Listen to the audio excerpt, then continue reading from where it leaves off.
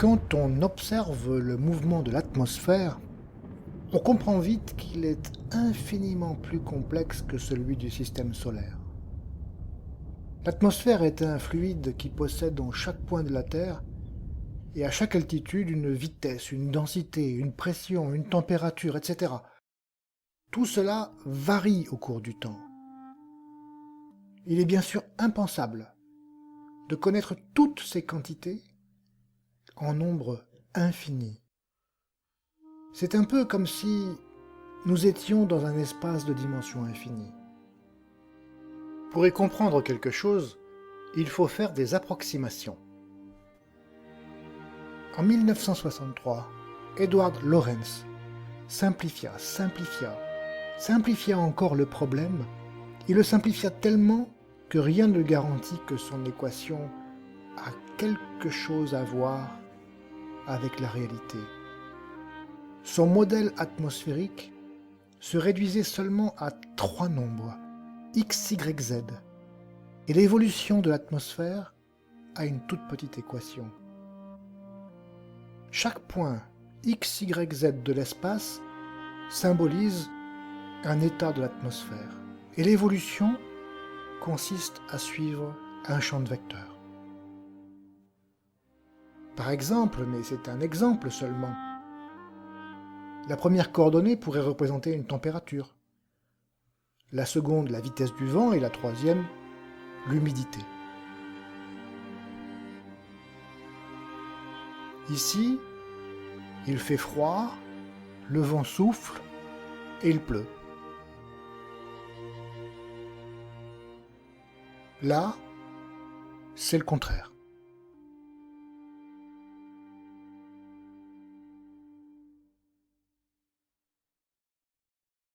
Quand on suit une trajectoire du champ, on suit l'évolution du temps qu'il fait. Le prévisionniste ne fait donc que résoudre une équation différentielle. Lorsque Lorentz observa son modèle, il vit ceci. Tout cela a-t-il quelque chose à voir avec la vraie météo? Pas clair du tout.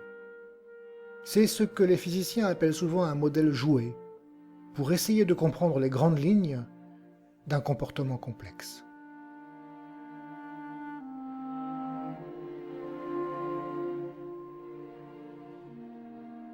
En fait, c'est plutôt ce genre de graphique que Lorentz observait, puisque l'ordinateur dont il disposait en 1963 était bien primitif.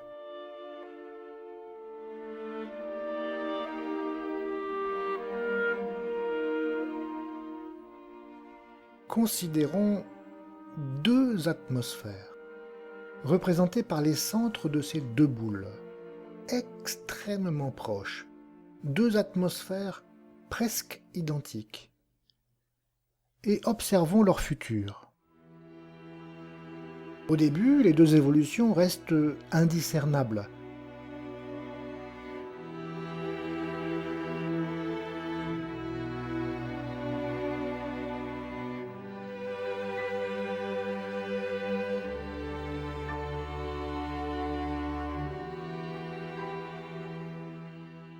Mais ensuite, elles se séparent de manière significative. Les deux atmosphères deviennent complètement différentes.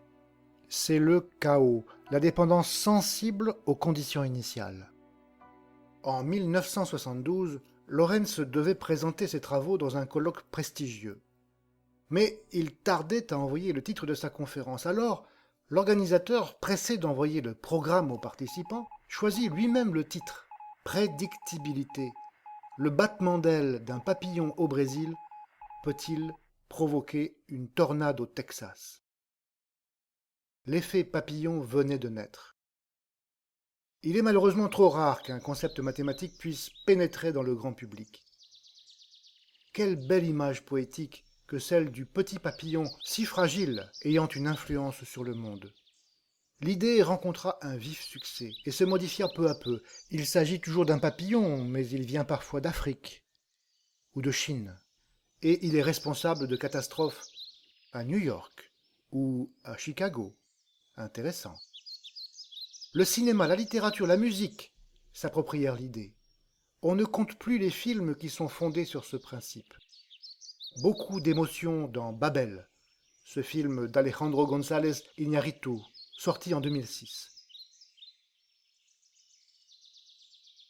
Un coup de feu éclate au Maroc, un incident sans importance mais qui va changer la vie d'un couple d'Américains, d'une nourrice mexicaine, d'une adolescente japonaise, tout un jeu de petits effets et de grandes conséquences, une réflexion sur la destinée humaine soumise au hasard ou à la nécessité. Hélas, ce n'est qu'une moitié du message de Lawrence qui est passé dans le grand public. La théorie du chaos peut-elle se limiter à l'affirmation qu'il est impossible de prévoir le futur en pratique? Comment un scientifique pourrait-il se contenter d'un tel constat d'échec? Le message de Lawrence est bien plus riche.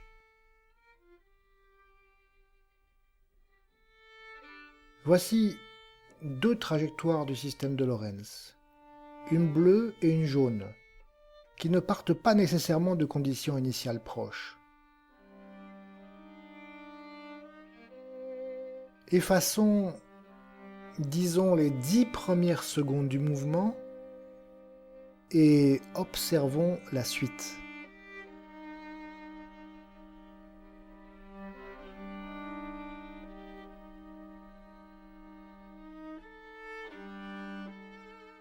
Que constate-t-on? Que les trajectoires sont en effet très différentes. Elles semblent un peu folles et bien peu prévisibles. Mais elles s'accumulent sur le même objet en forme de papillon, qui semble ne pas dépendre de la position initiale. Elles semblent attirées par ce papillon. C'est pour cette raison qu'on parle de l'attracteur de Lorentz. Un attracteur bien étrange. Voilà un phénomène scientifique positif, qui n'est malheureusement pas aussi célèbre que l'effet papillon. Au lieu d'observer deux trajectoires, observons-en beaucoup plus. Regardez toutes ces boules, qui sont tout autant d'atmosphères idéalisées.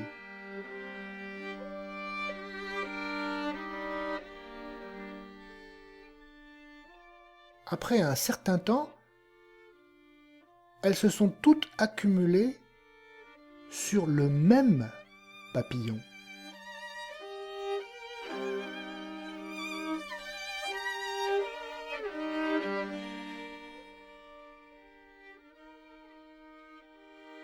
Un bien bel objet qu'on ne se lasse pas de regarder. Voilà de vrais problèmes pour les mathématiciens et les scientifiques en général. Au lieu de décrire le futur d'une condition initiale donnée, nous savons que c'est illusoire. Nous allons essayer de décrire l'attracteur. À quoi ressemble-t-il? Comment se comporte la dynamique interne?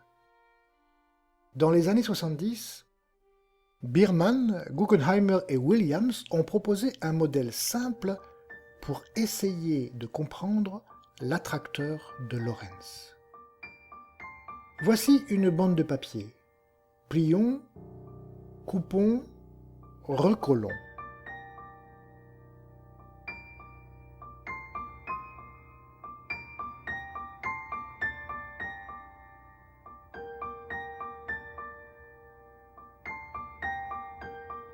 Voilà un objet bien singulier dans l'espace.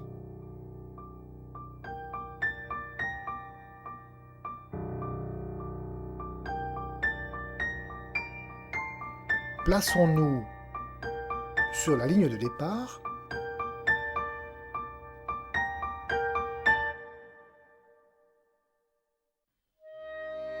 C'est parti.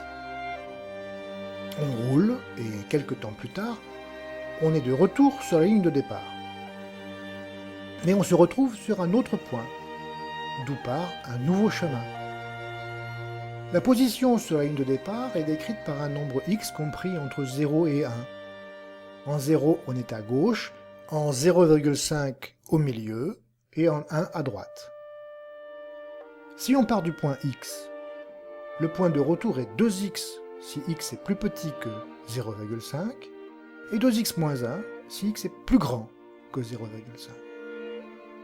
Autrement dit, lorsque le mobile se déplace, les points où il rencontre la ligne de départ sont doublés à chaque tour, sauf qu'il faut parfois retrancher 1 si le résultat est plus grand que 1.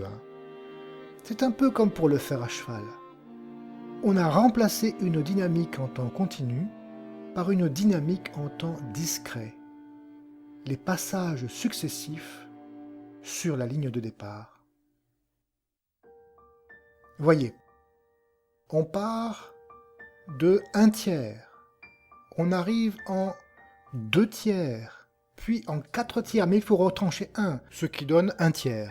Nous sommes revenus au point de départ après 2 tours. Nous avons une trajectoire périodique de période 2. Ici,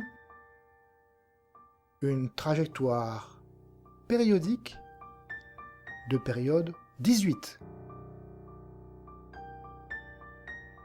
Une trajectoire périodique passe successivement par les oreilles gauche et droite en suivant une certaine suite. Eh bien, on peut montrer que toutes les suites sont possibles. Et bien sûr, il n'y a pas que les trajectoires périodiques. Quelle que soit la suite infinie de gauche et de droite, il existe une trajectoire qui suit cette destinée. Quel est le rapport entre le modèle de Lorentz et celui des bandes de papier?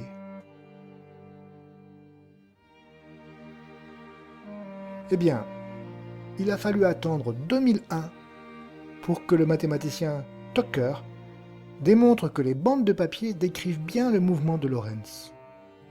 Pour chaque trajectoire dans l'attracteur de Lorentz, on peut trouver une trajectoire sur les bandes de papier qui se comporte exactement de la même manière. La compréhension du mouvement de l'atmosphère se ramènerait-elle à multiplier sans cesse par 2 un nombre compris entre 0 et 1 et à retrancher 1 si le résultat est plus grand que 1? Bien sûr que non. Tout cela est encore trop simpliste, mais c'est une illustration du phénomène. Les choses simples, les mathématiciens aiment. Pourquoi l'effet papillon a-t-il un tel succès? Peut-être parce qu'il restaure notre liberté individuelle. Le déterminisme froid légué par Newton pouvait mener à une espèce de fatalisme. Le papillon de Lorentz affirme que, si petits que nous soyons, nous pouvons avoir une influence sur le monde. Bonne nouvelle pour nous.